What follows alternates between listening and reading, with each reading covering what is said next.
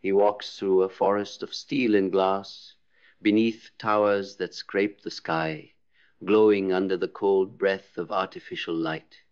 His ears are sealed with sound, his eyes glued to a screen. His spine straight, his pace measured. From a distance he looks alive, but something inside him is rotting quietly, slowly, without a scream, without a name. He doesn't know when it began, this quiet death. Maybe it was in the 1000th swipe.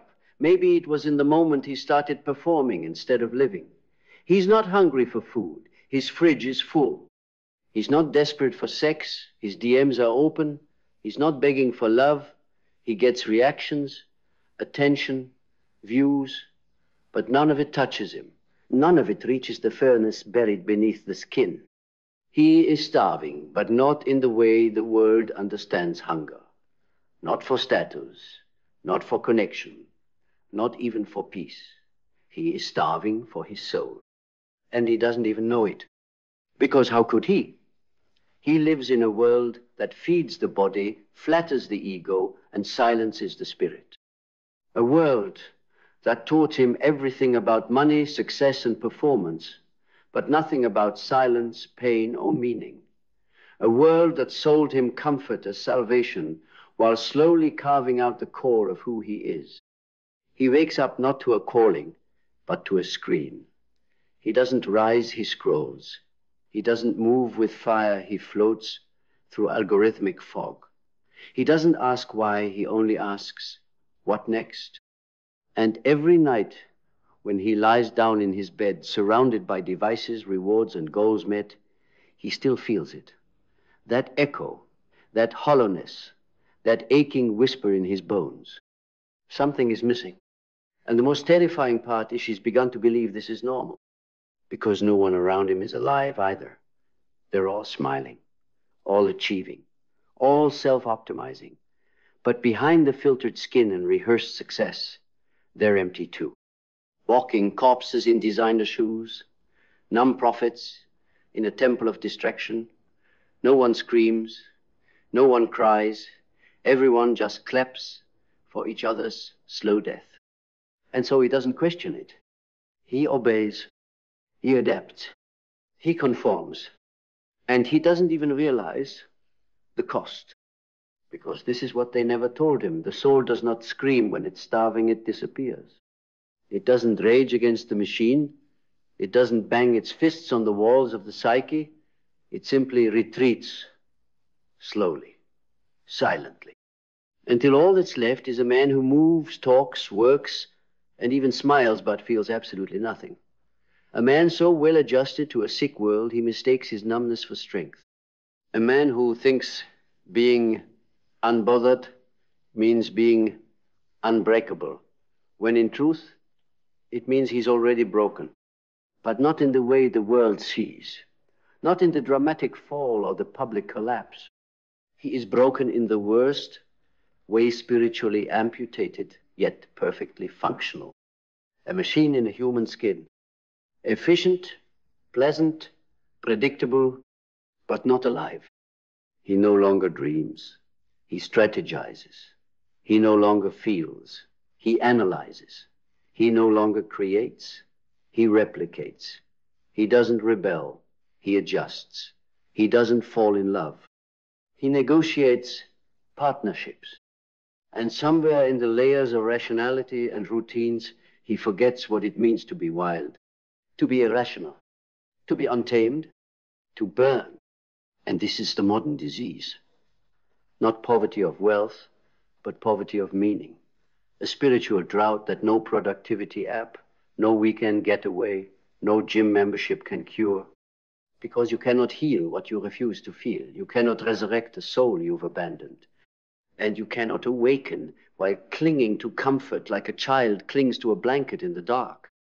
Jung said, people will do anything, no matter how absurd, to avoid facing their own soul.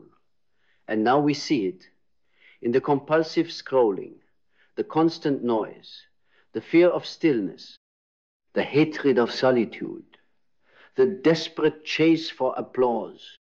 Because to be still is to feel the emptiness, To be alone is to meet a stranger living behind your own eyes. And most men would rather die than do that. So they drown it with dopamine, with porn, with ambition, with alcohol, with spiritual fluff disguised as enlightenment, with anything, everything except truth. And here is the truth.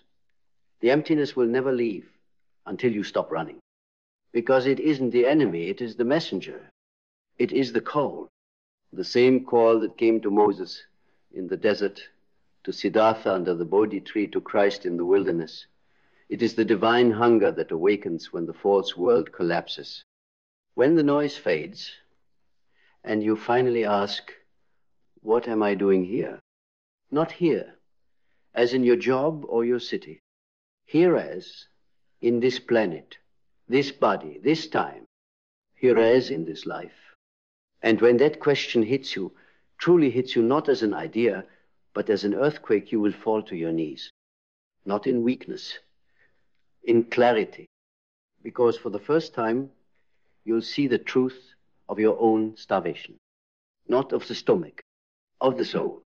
And that moment, that sacred breakdown is not the end. It is the beginning. It is the beginning of the only journey that ever mattered. Not the one that leads to success, not the one that earns applause, but the one that drags you, clawing and gasping, into the depths of your own being, where everything you've buried is waiting. Your rage, your fear, your shame, your brilliance. Not the polished version of you, the true one, the one you were before the world taught you how to perform, before you learned that survival meant shrinking, before you started trading authenticity for acceptance. You were not born to be lacked. You were born to be, fully, fiercely, unapologetically. But to become that man, to reclaim that fire, you must first walk into the shadows, not around them, through them. Jung called it the integration of the shadow, not the destruction of darkness, but the unification of light and dark within the self. Because without your shadow, you are only half a man. You are a smile without teeth, a prayer without fire. And so many men are stuck in this half state. Nice, polite, controlled, but beneath the surface, their unclaimed rage festers, their repressed dreams rot, their unlived lives haunt them in quiet moments. They may never say it out loud, they may never scream, but their eyes betray the truth. They are dying, not because they are bad, because they are incomplete. And the soul cannot thrive in fragments. So the only path forward, the only true paths the descent, down into the self, down into the dark, not to be consumed, but to be reforged. Because deep in that abyss, beneath every scar, behind every fear, lies the furnace, the place where the man you were pretending to be burns away, and the man you are emerges, not softer, not safer, but sovereign, a man no longer driven by fear, a man no longer seeking validation, a man who remembers what it feels like to be alive. But make no mistake, this journey will cost you. It will cost you your illusions. It will cost you your comfort. It will cost you the version of you that was never real to begin with. But what you gain in return cannot be measured, cannot be marketed. It is not a mindset. It is not a hack. It is not a weekend retreat away. It is a resurrection, a spiritual reawakening in the ashes of your false identity. And once you've tasted that, once you've remembered the wildness in your own blood, you will never go back to sleep again. You will walk differently, speak differently, breathe differently, because now you are not driven by the world. You are moved by something deeper. You are fed not by attention, but by alignment. You are not chasing meaning. You are meaning. And from that place, unshakable, rooted, sovereign, you become untouchable. Because when a man becomes untouchable, in spirit not invincible, but inwardly sovereign, who no longer trembles before chaos, The world may still shout, tempt, distract, but it no longer owns him. His roots are deeper than opinion. His silence louder than noise. He doesn't flinch at rejection because he has already rejected the false version of himself. He doesn't chase validation because he's no longer starving. His soul, once malnourished by shallow applause, now feasts on clarity. There is nothing more ungovernable than a man who knows who he is beneath the armor, beneath the mask, beneath the names they gave him. You can't threaten him with exile because he already walked away. You can't manipulate him with shame because he made peace with his past. You can't use fear to control a man who has sat naked in the presence of his own darkness and came out with nothing to hide. He doesn't need to win debates or raise his voice to be heard. His stillness speaks louder than noise. His life becomes the sermon, his presence the revolution. The kind of man who doesn't need to announce his power because you feel it the moment he enters the room. This is when the shift happens. Not around him, but within him. He no longer tries to escape the fire, he becomes the fire. He stops asking life to be easier and begins to ask himself to be stronger. His mind sharpens, not through force, but through stillness. His words cut deeper, not because they're louder, but because they are true. He doesn't just think clearly, he sees clearly. Through people, through illusions, through himself. And in that vision, he no longer runs from discomfort. He embraces it. He no longer fears solitude. He welcomes it. He no longer reacts, he responds. Calm, clear, unshaken. And yes, the world may still reject him, but he's no longer asking for a seat at the wrong table. He builds his own, lives by inner law, guided not by trends, but by truth. He is no longer a reflection of the environment. He is the mirror that forces the environment to confront itself. That kind of man cannot be bought, cannot be broken, because he is already whole. And wholeness is the new rebellion. Not louder, not flashier, just deeply, soulfully real. Look around you. Look carefully. You'll see it everywhere once your eyes adjust to the truth. The man with a penthouse view and a dead gaze. The father who provides everything but is a ghost at the dinner table. The guy with 10,000 followers but can't spend 10 minutes alone without reaching for his phone like it's a life raft. He's not weak. He's starving. Not for more success, but for something real. Something ancient, something that doesn't flicker and vanish with the next trend. Watch how he smiles at parties charming, polished, rehearsed. But deep down, there's a question echoing in his bones. Is this all there is? That question never leaves. It whispers while he's stuck in traffic. It pulses when he wakes up before dawn and forgets why. It stings when he celebrates another promotion, but no one really knows him well enough to call. That's not burnout. That's not depression. That's disconnection from the self. Spiritual starvation wearing the mask of achievement. And the saddest part, he thinks he's a problem.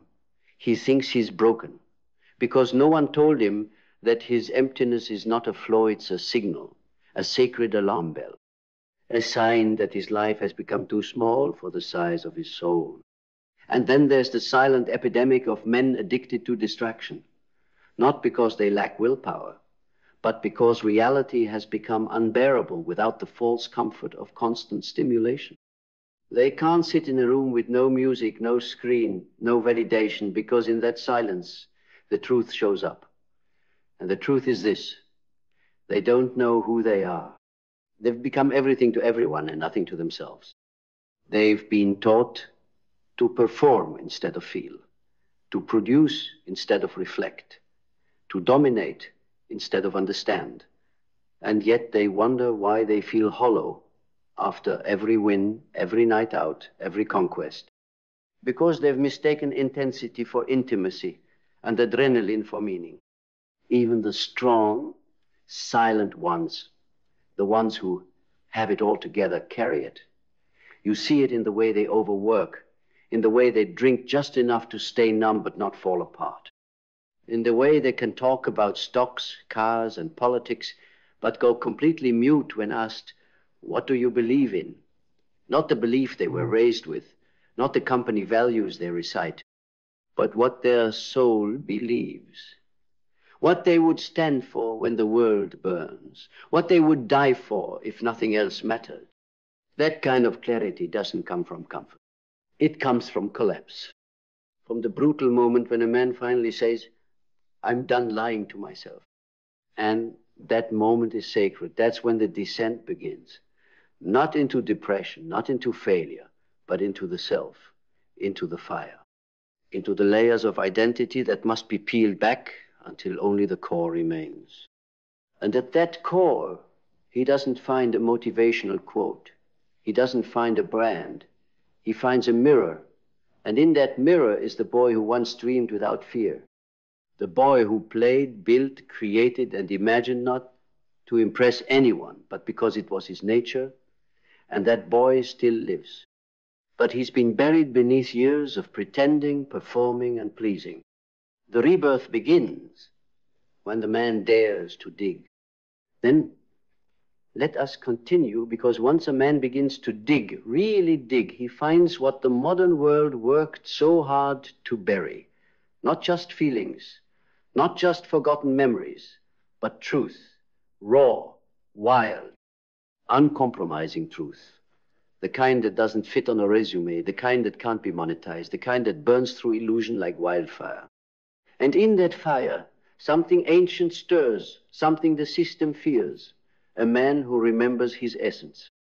He remembers what it felt like to wake up with wonder instead of dread. He remembers the nights he dreamt without limit, the afternoons he stared out the window thinking about meaning, not money.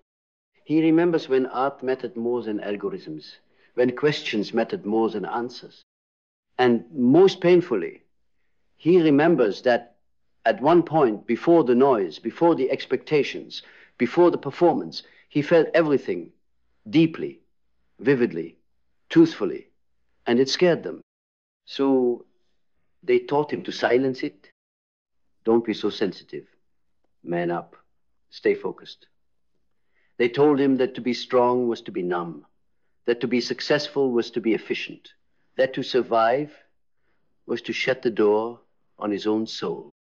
But now, with shovel in hand, he realizes those were not lessons. They were sedations, tools to tame the wildness in him. And now, as he excavates the truth, he begins to understand he was never broken. He was buried. And piece by piece, he unearths the sacred. The grief he never cried. The questions he was told not to ask. The rage he hid behind polite smiles. The passion he drowned in routine. The faith he traded for data. This is what it means to be reborn, not to become someone new, but to return to the self you abandoned to survive. And it is not gentle. It is not graceful. It is not clean. It is violent in the way lightning splits a tree. It is painful in the way old skin peels. It is sacred in the way fire purifies. But when the smoke clears, something remains a man who is no longer afraid to be whole. Not polished, not perfect, whole. A man who doesn't fear the dark because he has made peace with it. A man who doesn't crave attention because he has nothing to prove. A man who doesn't avoid silence because he has finally met himself and found a friend, not a stranger. This man doesn't need 20 rules for success. He doesn't need 10 morning habits. He doesn't need another productivity hack because he isn't starving anymore. His soul is fed. His mind is clear. His feet are grounded. And now, everything he touches carries the weight of authenticity. His relationships, his decisions, his words, they don't just echo. They resonate because they come from the furnace, not the filter. Then let us carry this all the way to the summit where the silence becomes symphony, and the man who once wandered in numbness now stands carved from fire and truth. Because once he remembers who he is once, he feeds the soul that he once starved everything begins to bend around him. Not because the world changed, but because he did. He no longer seeks to escape reality, he seeks to enter it, fully, fiercely, with eyes wide open and spine unbent. He doesn't wish for the storm to pass. He becomes the storm. Not chaotic, but sovereign. Not loud, but unmistakable. Now, his presence is no longer a plea, it's a declaration. Every breath he takes says, I am here. And I remember. I remember the boy I buried. I remember the truth I abandoned. I remember the man I was meant to become. And I have stopped running. I have stopped apologizing. I have stopped starving.